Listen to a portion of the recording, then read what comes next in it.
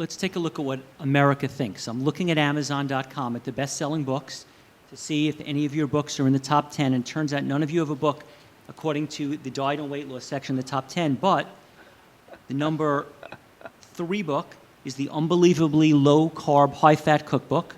The number 6 book is Grain Brain, The Surprising Truth About Wheat, Carbs, and Sugar, and that promotes a diet, if you look in the back, of beef and chicken and fish and dairy.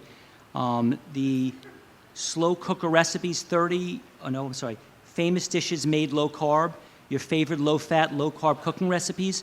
So despite the reality when you hear and you guys saying lots of things, the main question, while America understands that cigarettes are not good and they understand that drunk driving is not good, if you go somewhere in the country and you say that you recommend a plant-based diet, that is, even though it might seem like the norm among your friends and your colleagues, in America that does not seem to be accepted. So my question to you is, why do you think that animal products should not be eaten? Why do you think animal products are not the appropriate diet and that this is not something that we should be eating?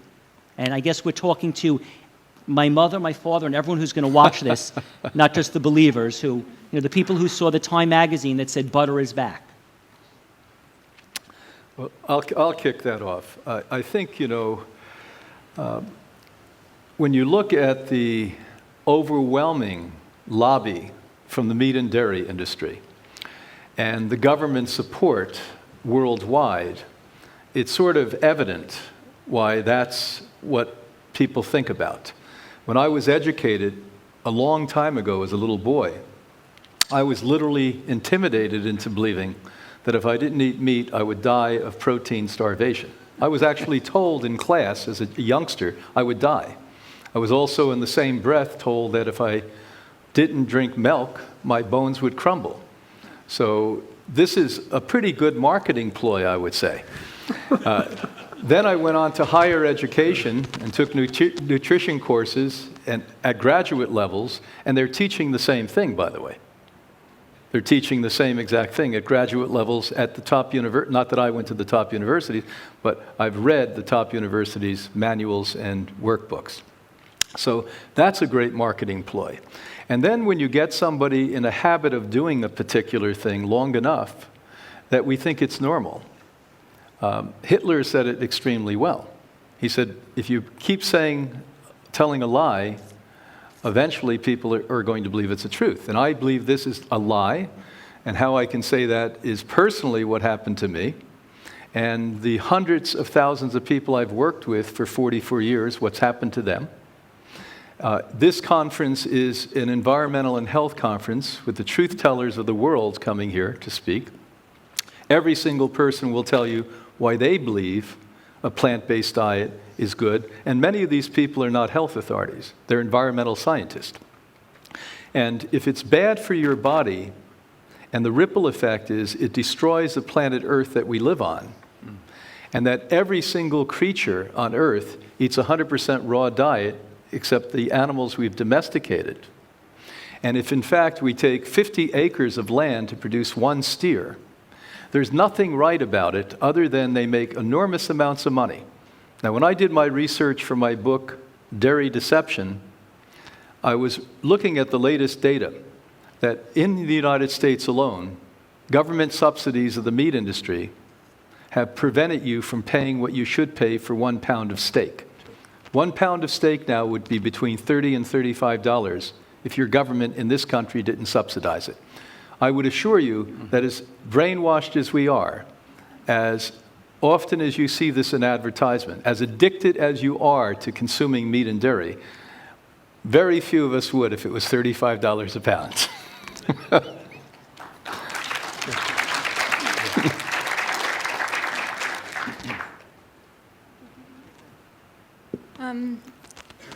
I'm a vegan dietitian, so I have a bias. But I'll tell you, if you look at the research, it is so clear. As a matter of fact, it's so clear that in our 2015 Dietary Guidelines, the advisory committee made the strongest statement that they've ever made in terms of people should be eating less meat, they should be eating more plant-based diets. There is a very strong connection between meat consumption and heart disease, cancer, diabetes. We've got all kinds of meta-analyses to that effect. So there's no, what is it in meat? It's Nu-5-GC, which is a pro-inflammatory compound. It's heterocyclic amines that are formed when you cook it. It's persistent organic pollutants in the environment. There are all kinds of things in meat. It's the hormones and antibiotics that are used. There are all kinds of things that are problematic.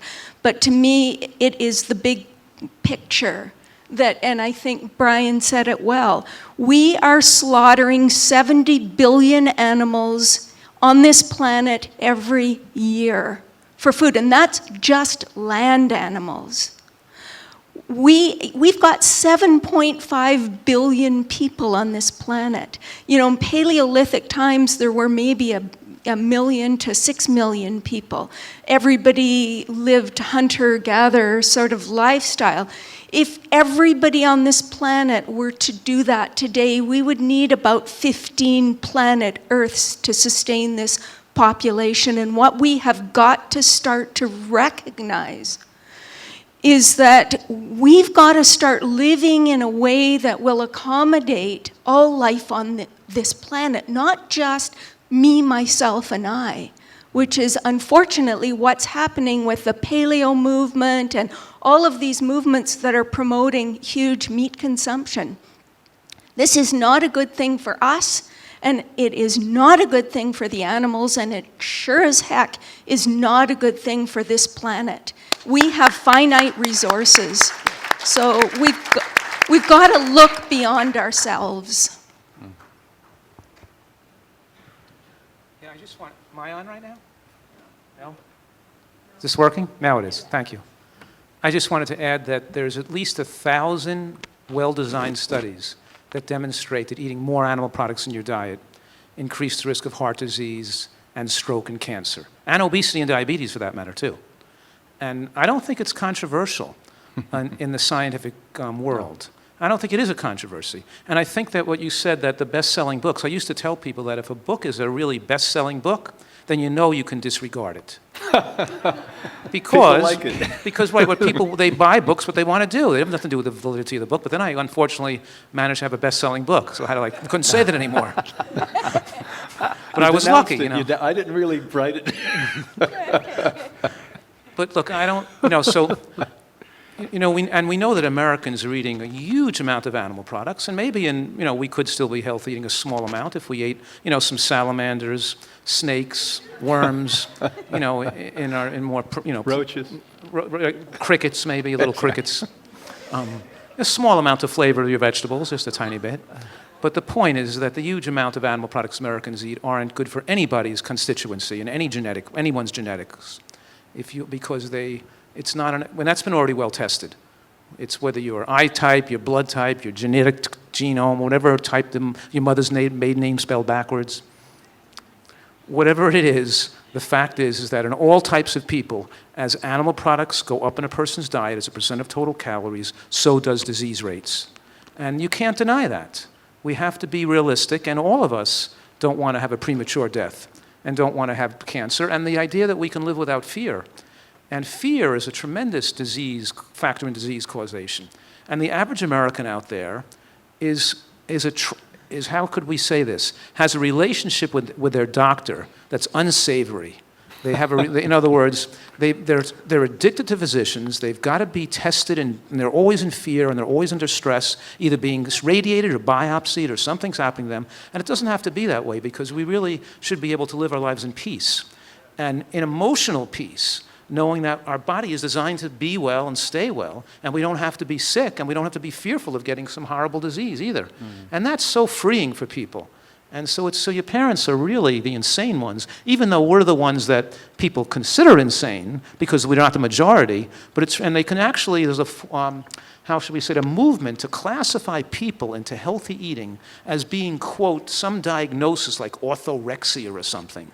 Right? There's something wrong with wanting to be healthy and not wanting to have cancer in your life, Exactly. right? And then the reality is, it's everybody in America is a food addict, has irrational thought processes to maintain their food addictions, and are heavily addicted to a diet that's killing them all. And people who advocate and live in accordance with biological laws which govern human existence, that enable us to live a life free of disease, we're seen as the crazy ones, right? It's a really strange world we live in today. So thank you. That was good.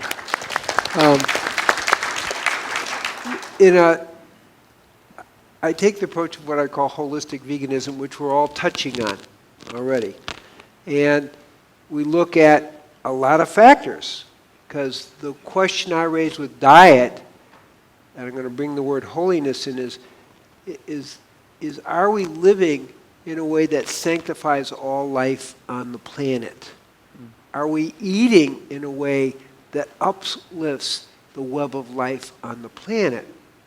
It's very clear that a meat-based diet doesn't do this, okay? A plant-based diet is obviously best for our health. That's really is clear, okay? It's also best for feeding people. Literally, if the whole world were vegan, instead of 20 to 40 million people starving to death each year and 15 million kids starving to death each year and 42,000 kids a day starving to death, there'd be enough food to feed the planet 7 times over. That's a pretty fundamental issue. Feed the poor, feed the hungry, preserve life. Brenda's talked about 70 billion animals being killed. That's a lot of blood, okay? Then we talk about resources. Air and water and land are drastically being used up by meat-centered diet. A vegan has about 300 gallons of water a day. A meat eater, 4,500 gallons. Well, there's a pretty big difference, 9 to 10 times more. And that has to do with that a vegan diet is much less water intensive. Gabriel, repeat that clearly for our viewers from California. Yeah, We need it. So we'll talk about water intensive, and please don't think it's just California. The whole world is running out of water. Sao Paulo in Brazil is due to run out, the whole city, 12 million people, is due to run out of water this year. Okay, this is not just a California problem, but clearly it would help if we went to a vegan diet, because we would be saving, a vegan literally saves 1.5 million gallons a year. That's a whole swimming pool. Not bad. And in terms of land, the animals are using about at least a third of the arable land. And that's a lot of land where a vegan type of diet is maybe 6%, 8% of the land. So we have land, we have water. Okay, those are big issues. What about spiritual life? All the great traditions, but perhaps one, emphasize a vegan diet. Genesis 1:29 makes it very clear. I've given you every seed-bearing plant of the field and every tree that is a seed-bearing fruit for you to eat. Didn't say eat animals. Actually didn't say that. Now, people kind of stretch it and move away from it, but the message is there, and that's true in the Taoism. It's true in the Hindu tradition. It's true in the Buddhist tradition. Okay, so what's going on is that we've been given the best diet for spiritual life, and we look the other way. So these are the issues that we're facing, okay, and in terms of the world resources, in terms of the human resources, in terms of cruelty to the animals. Ahimsa, very important principle. Do no harm. Do the minimum amount of harm. Well, a vegan diet does the minimum amount of harm. We still need to live on the planet, okay. And plants can have feelings and so forth, but still way minimum compared to the amount of death and destruction with that. So all these things are happening. Now we have additional problems.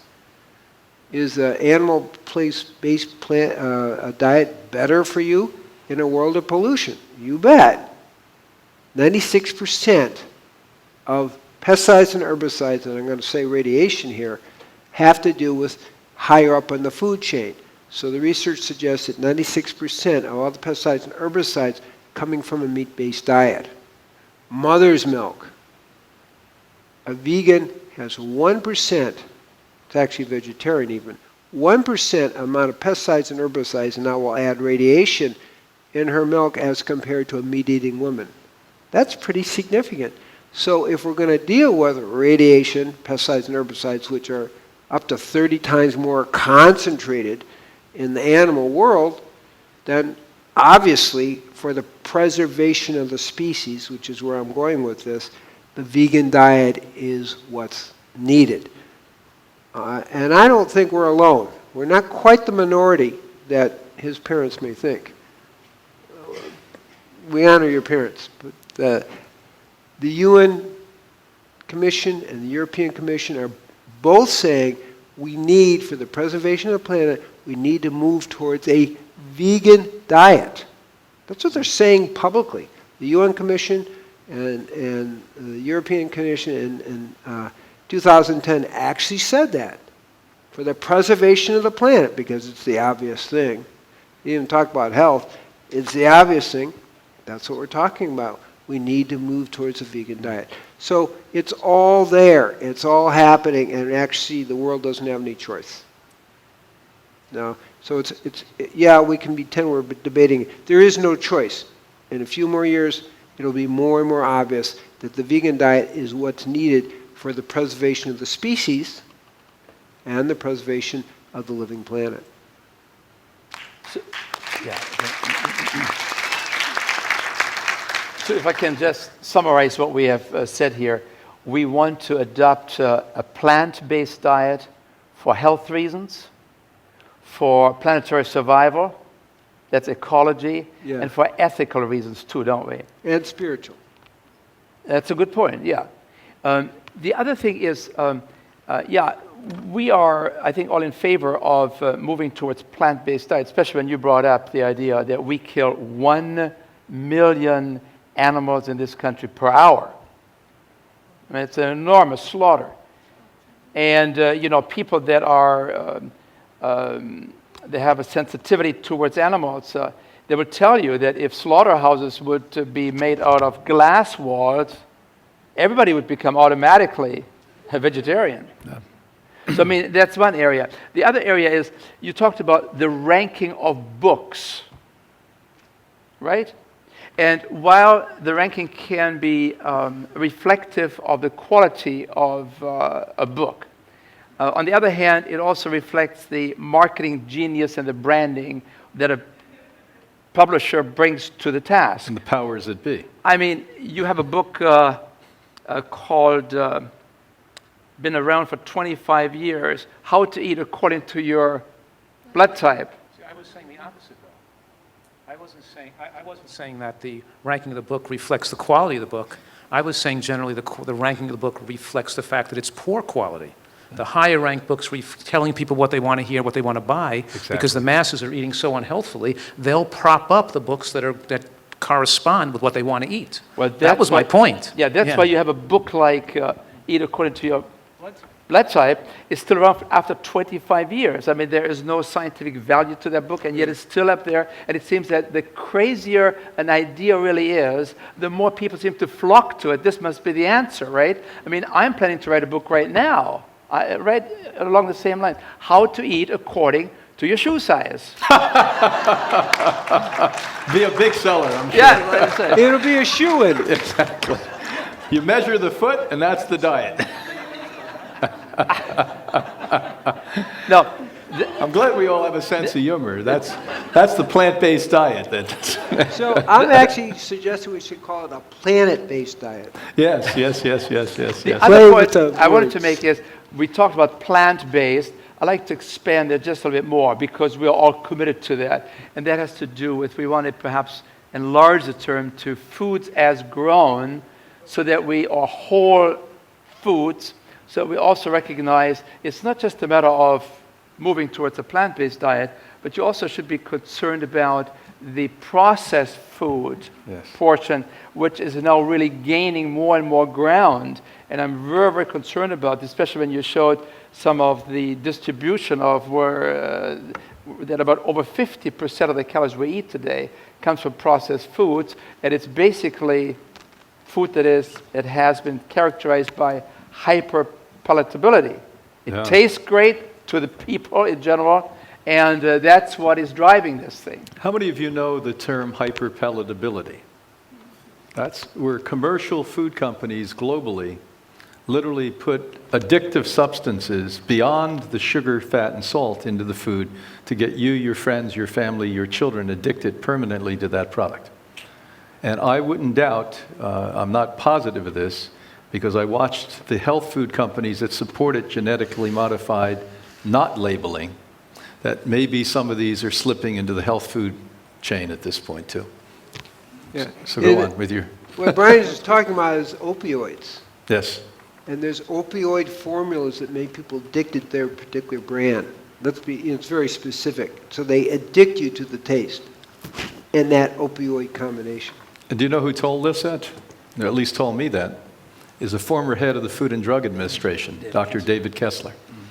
I was stunned when he told this to me because he was on the other side and he watched it. And his biggest concern now, rightfully, is childhood obesity.